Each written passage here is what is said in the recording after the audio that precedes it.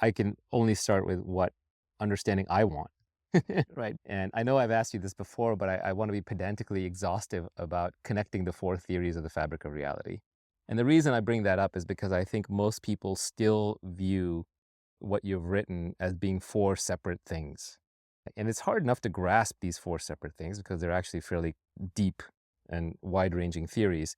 But I think in your mind, they connect together into one thing. Knowledge is a crystal and nature has no boundaries, right? These are just phrases, but these things all connect together. So we've talked in the past, for example, how epistemology and evolution connect in that they're both forms of knowledge creation. We've talked about quantum physics and computation connect to create quantum computation. I just love to get as many examples. How does physics connect to evolution? How does evolution connect to computation, for example? Things that may be less obvious, where people might view things as different theories, but to you, they're Yeah, fundamentally the same. yeah. Evolution and epistemology, people find both of those, the connection between both of those and physics, very counterintuitive because most people think of physics in a very bottom up way. And I think for completely independent reasons, such as constructor theory, that's a mistake. Ever since that idea caught on, like sometime after Newton, physicists have tried to shoehorn other physical theories into that mold. And that gives rise to, for example, the problem of foundations of thermodynamics and statistical mechanics. How can you have an exact second law when the fundamental theories of physics are all time reversible and the second law is time irreversible? How can you have that? Prevailing view is, yeah, thermodynamics, epistemology are both emergent theories and therefore not fundamental from the physics point of view. And therefore, if we want to understand the universe at a fundamental level, we needn't bother with those. Those are just like the theory of washing machines or gardening. I think that's artificial, and especially when they have to get very embarrassed when they exclude thermodynamics from physics in that way.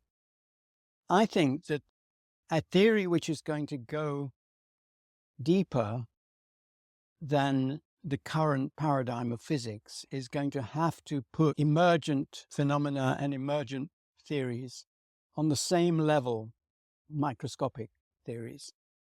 People talk about reductionism and holism, and some people are reductionists and some people are holists. Well, I think I want to put them both in a sack and tie it up and let them come out with a resolution. There cannot be a criterion for excluding a set of theories from the body of knowledge other than whether they're good explanations.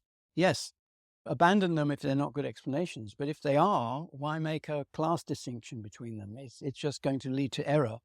And I think it has led to error in thinking about the world. So that's a connection between physics and those two. What you just said, for example, is that reductionist theories are the only theories there are because they don't form good explanations at the level where you need them. Yes, Because especially when you have emergence, then you yes, have very unpredictable things. You're not going to calculate all the particle collisions from the Big Bang till now to figure out how humans evolve, yes, or how species evolve. At every level of emergence, there is a possibility for an explanation that explains that level, and you need that explanation. yes, Um, exactly. so I think that's very helpful. And in your thermodynamics example, like if you're trying to figure out how a steam engine works, you're not going Yeah, to do statistical mechanics and trace every collision. You're going to actually probably start at thermodynamics. yes. And so that's a tie between, I guess, it was evolution in physics? No, epistemology and physics, much more. So thermodynamics is emergent physics, Right. and in terms of those four, it is epistemology. But that just shows that the Yeah. terminology is misleading. The terminology in particular of the word fundamental, which I think you use slightly differently to the majority of other, especially physicists, they hear, and anyone listening to this hears fundamental and thinks reductionism automatically. But for example, you would say that people are a fundamental feature of. So what does fundamental therefore mean in this worldview? So fundamental ideas are the ones that are needed, more types of explanations. We'll never get to the ultimate fundamental theory because that would mean that there were no more problems. And that can't happen. But yes, so that's how I use the word fundamental. I think you also said something related, which is that if reality is what is needed in your explanation, or what has Yes. to exist in the explanation for the explanation So to make. a rule for deciding that something is real. Yeah.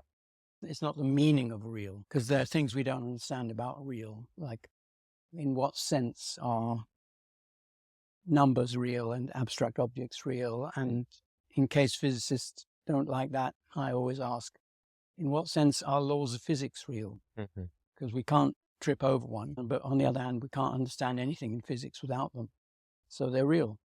Some would claim that we are cognitively incapable of understanding physics full stop up to a certain point. This is the idea that Richard Dawkins has of middle world, which was cropping up very recently in discussions.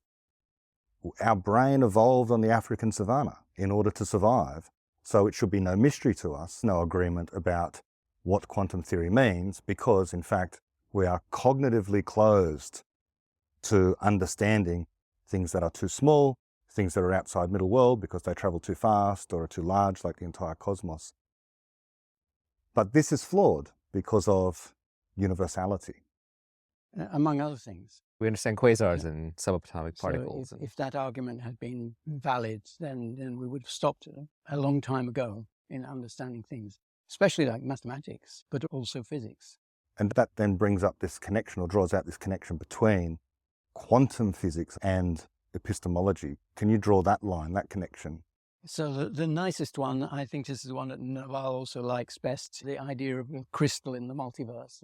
If knowledge is kind of information which, once it's there, keeps itself in existence and gets that property by error correction, then since there are many errors for every possible truth, many possible errors for every truth, then in the multiverse, if there's error correction, then there are a bunch of unlike universes which become alike in the region in which they're correcting errors.